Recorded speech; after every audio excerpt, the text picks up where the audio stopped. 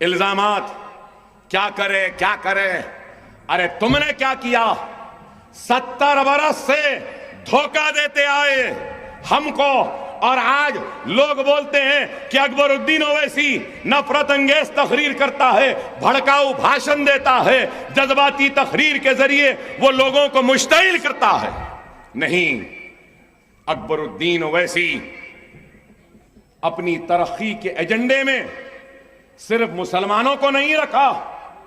اگر اکبر الدین اویسی اشتعال انگیز ہوتا، نفرت انگیز ہوتا، تو الزام لگانے والوں کبھی آؤ اور دیکھ لو اویسی ہاسپٹل و اسرا ہاسپٹل میں ہم صرف مسلمانوں کا علاج نہیں کرتے، وہ دواخانے ہندوؤں کے لیے بھی کھلے ہیں، وہ دواخانے عیسائیوں کے لیے بھی کھلے ہیں، وہ دواخانے سکھوں کے لیے بھی کھلے ہیں. ہم انسان کی انسانیت کو دیکھتے ہیں، بیمار کو دیکھتے ہیں، اس کے مذہب کو نہیں دیکھتے.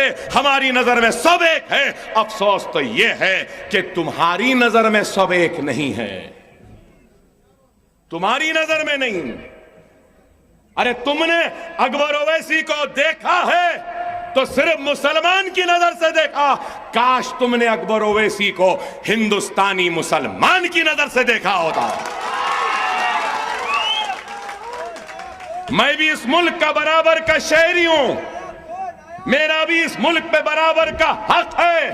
یہ ملک کسی کی جاگیر نہیں ہے، یہ ملک نریندر مودی کا جتنا ہے اتنا یہ ملک اکبر الدین اویسی کا بھی ہے. یہ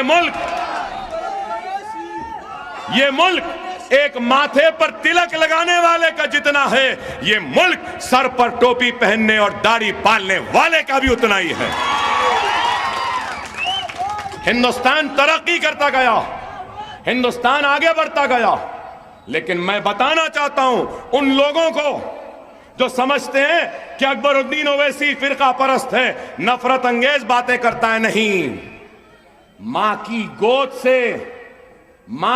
گود سے جب پسل کر زمین پہ آیا تو میں اس ہندوستان کے آنگن میں کھیلا ہوں.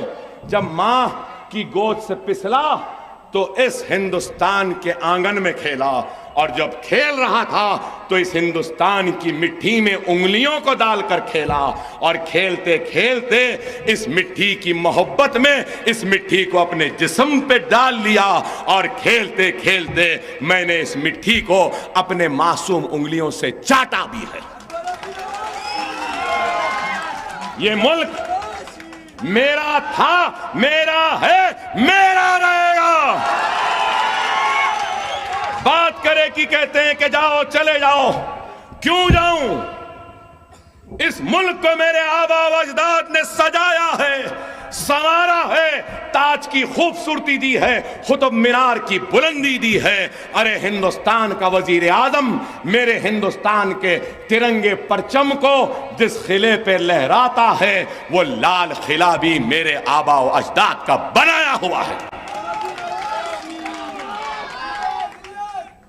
یہ آگ نہیں، یہ انگار نہیں، یہ نفرت نہیں، یہ حق تلفی و ناانصافی کے اوپر اٹھنے والے حق پرست کی آواز ہے. تم نے 70 برس سے مجھے اپنے حق سے محروم رکھا. 70 برس سے تم نے 50,000 فسادات کے ذریعے میرا خون بہایا.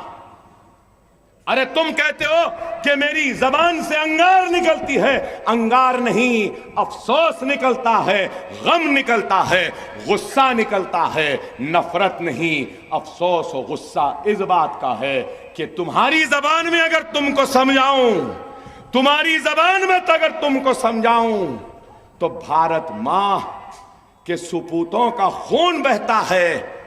تو بھارت ماں بولنے والوں، کیا تم کو افسوس نہیں ہوتا؟ فسادات میں جو خون گرتا ہے تم یہ کیوں دیکھتے ہو؟ یہ گرتا ہوا خون، یہ جلتے ہوئے آشیانے مسلمان کے ہیں یا ہندو کے ہیں، تم اس نظر سے کیوں نہیں دیکھتے کہ خون بہ رہا ہے وہ ایک ہندوستانی کا ہے، گھر جل رہا ہے تو ہندوستانی کا ہے، کاروبار لٹ رہے ہیں تو ہندوستانی کے ہیں۔ لیکن تم نہیں دیکھتے، تم تو صرف ایک ہی اینک سے دیکھتے ہیں، مسلمان مسلمان، اور کہتے ہیں کہ اکبر الدین اویسی مذہب کی سیاست کر رہا ہے۔ نہیں، مذہب کی سیاست نہیں کر رہا ہوں، مذہب کے نام پہ ووٹ نہیں مانگ رہا ہوں، لیکن مذہب کے نام پر جو ناانصافی کی گئی ہے، جو حق تلفی کی گئی ہے، جو ظلم کیا گیا ہے، جو فسادات کیا کرائے گئے ہیں، اس پر آواز بلند کر رہا ہوں۔ کیا گناہ ہے؟ ایک سیاستدان سیاست میں کیوں رہتا؟ کمزور کو اٹھانے کے لیے، پچھڑے کو اٹھانے کے لیے۔ اور میں بحیثیت مسلمان، ارے مجھے فخر ہے۔ You know what?